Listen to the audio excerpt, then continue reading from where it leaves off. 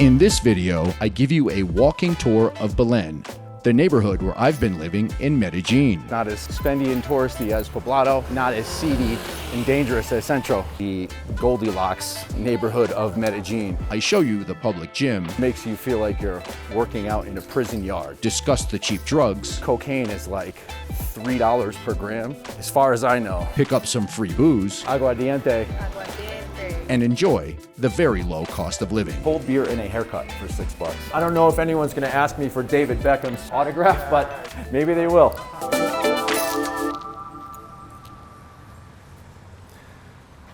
I'm opening this video with a little bit of Colombian history. This is a statue of Andres Escobar. He was a player for the Colombian team in the 1994 FIFA World Cup. He scored an own goal, causing his team to lose, for which he was murdered by other Colombians who were not very happy about that. And so his statue stands here in this park called Unidad Deportiva, which is in the neighborhood of Rosales in Belén in Medellín, Colombia, where I've been staying for the last month. And now that I've spent some time here, it's a neighborhood that I would highly recommend to other Americans coming to stay here, other digital nomads. One of the reasons I would recommend it is for this park. It is a very large sports complex, something of an amateur athlete's wet dream. It's got BMX tracks, tennis courts, swimming pools, soccer pitches, basketball courts, and this free outdoor gym, which is pretty great. You've got these like, I guess, Nautilus kind of machines, and the plates are all tethered by chains, which kind of makes you feel like you're working out in a prison yard. So I've been going a little extra hard on the workouts because it makes me feel like a primitive criminal animal to work out here.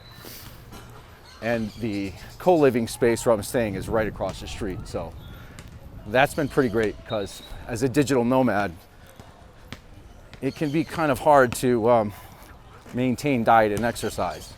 So staying here in Belén next to this park has made it easier. Those police driving by there remind me of the fact that this neighborhood is really safe because it's not touristy.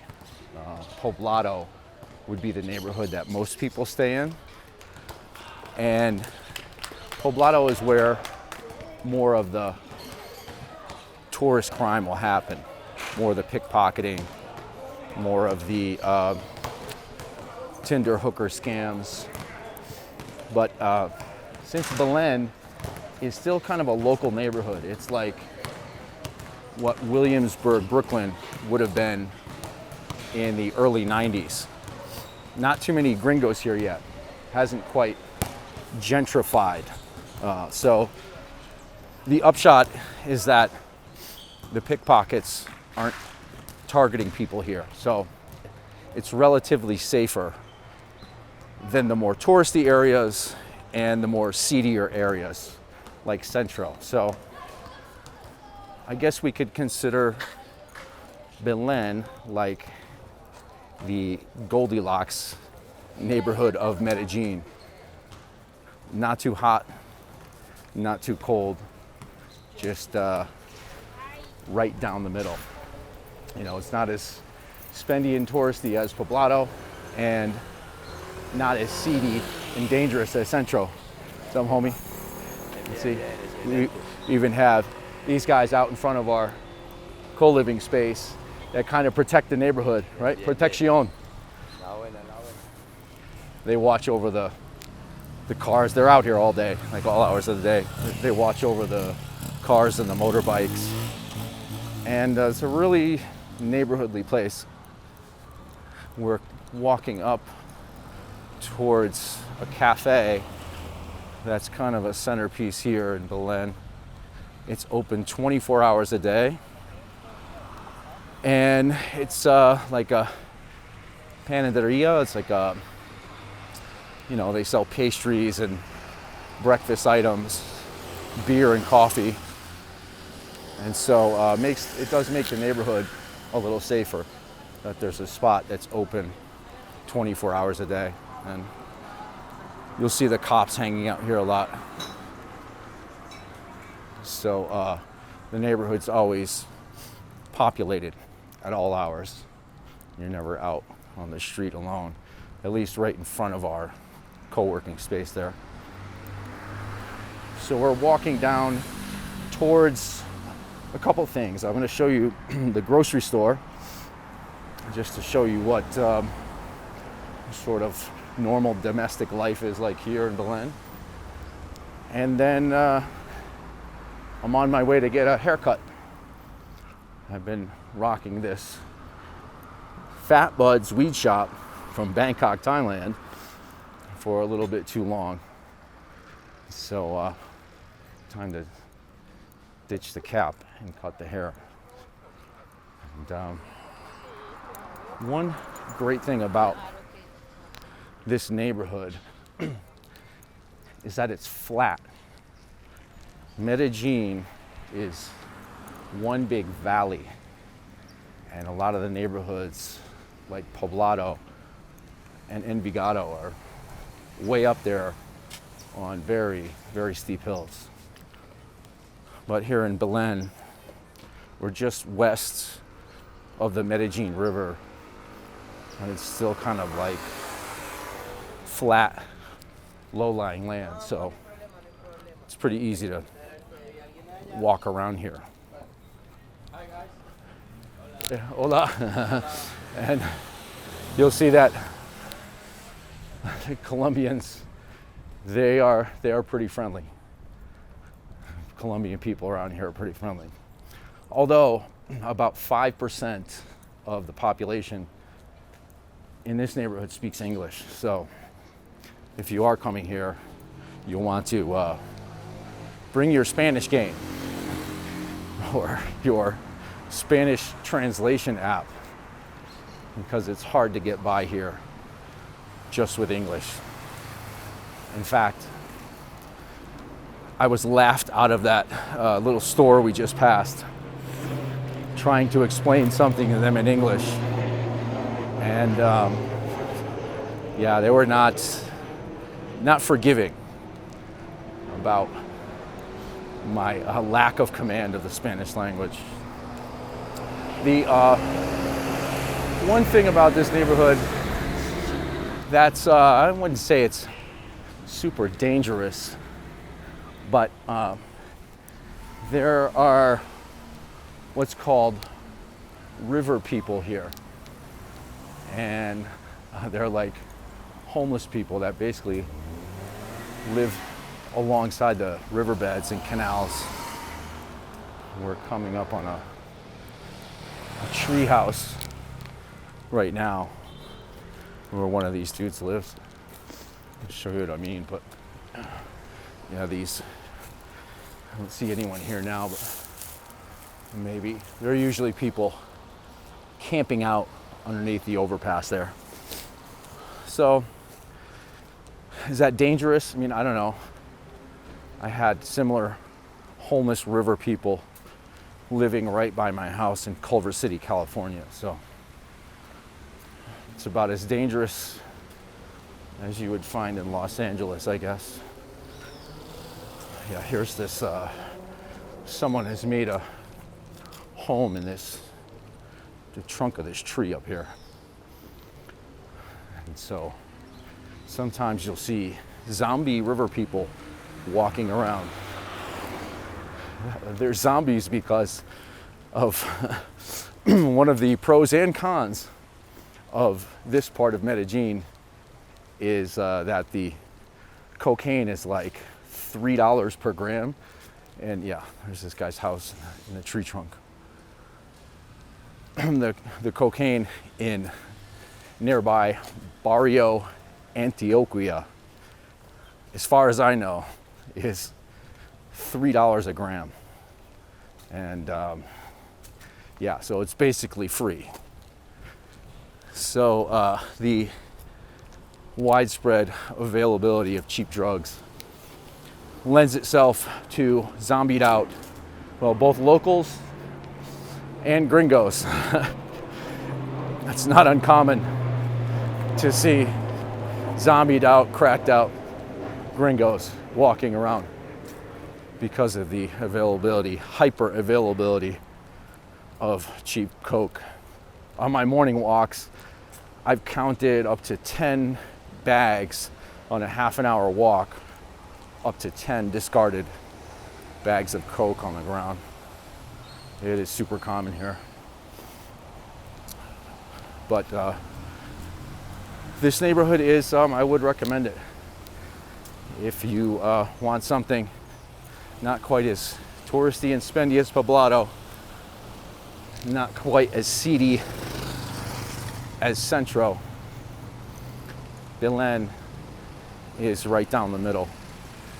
And the place that I'm staying at is called International House Co-Living, which is interesting because there aren't many gringos in this neighborhood other than us, other than the group that's staying at International Co-Living House.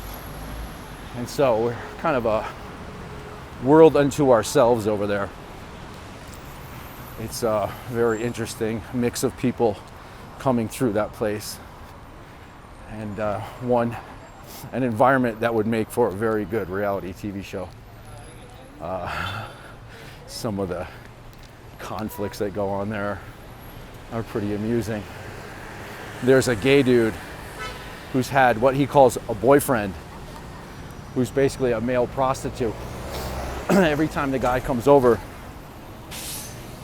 the guy that rents him has to lock up his valuables and money, but yet he'll leave him in the house with us. Like, it's not cool, you know.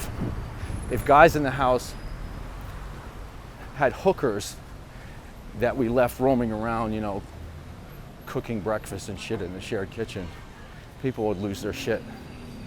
Somehow, because he's gay, gets away with it. So the politics of the co-living space have been interesting, to say the least. But overall, it works. Yeah. A lot of pets here in Medellín. Many, many pets.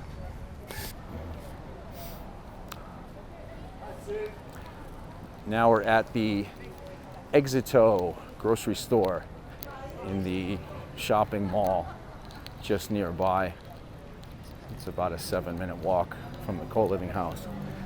And just want to show you that it's a large, proper grocery store, just like you'd have back in the States. And sort of a Walmart-esque space. It's got everything from produce to motorcycles, all the housewares, and everything in between. Some countries, in some cities in the world, you're not going to find a big grocery store like you'll find in the States, but here this Éxito is, it's got all the stuff you would find back home. And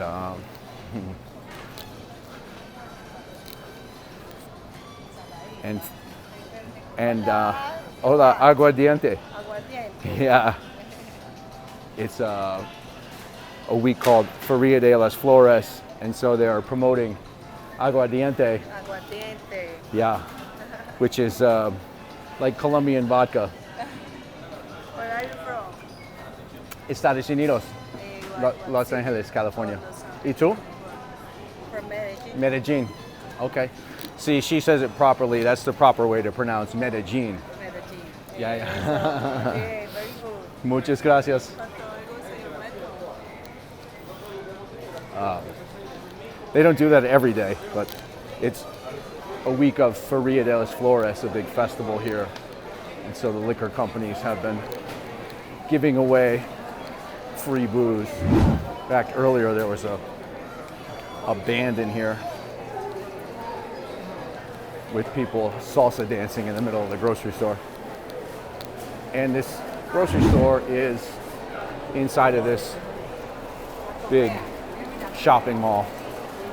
Not that I love shopping in shopping malls. I prefer to buy some of my produce and things from local stores and local fruit and vegetable vendors, but it is super convenient to have all the creature comforts of home close by in a shopping mall. So if you were starting your digital nomad journey, this would be a pretty great city to be your first city to live as a digital nomad. Medellín in general, here in Belén specifically, because you get enough of the foreign culture, but still have access to all the Western ideas you'd find back in the States. One of the great things about this city is the climate and the foliage.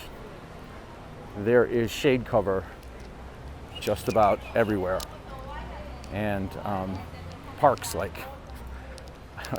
trip over them basically, walking from one place to another. There's a lot of good infrastructure in this city, and it's very, very pedestrian friendly.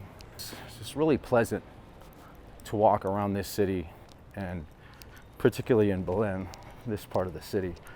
Everything's just very neighborhoodly, I guess you would say. And I'm also going to give you a little example of the cost of living here. I'm going to get a haircut right now at a place called Figaro Barbershop. And it's a sort of like trendy men's barbershop where the haircuts are $6.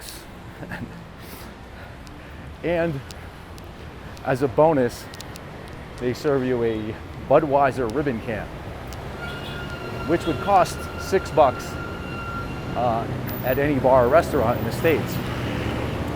Here, it's free with the $6 haircut. The traffic, as you can see, is a kind of 50-50 mix between the motorbikes and motorcycles and cars. The traffic doesn't get too crazy. The air pollution is like non-existent as far as I can tell. Coming from Chiang Mai, which had the worst air pollution in the world the past several months. Going from Chiang Mai to Medellín, quite refreshing. Yeah, so here are these bike paths that snake their way through the city, and the only drawback about them is I've almost been nailed by cyclists just for not paying attention. Anyway, here we are at Figaro Barbershop. And yeah, here's one of these. There are plenty of these fruit carts all around, which is where I typically get my avocado. Hola. All right, Figaro Barbershop. Hola, buenos dias.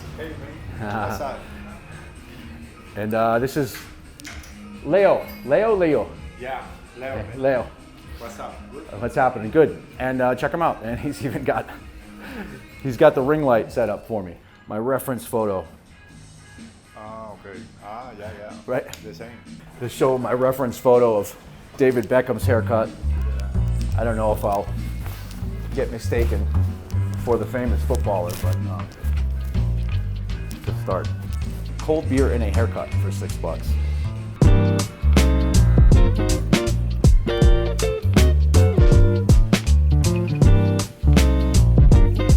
I don't know if anyone's going to ask me for David Beckham's autograph, but yeah. Maybe they will. That's gonna do it for this video. Hit the subscribe button if you haven't already, and I will see you in the next one.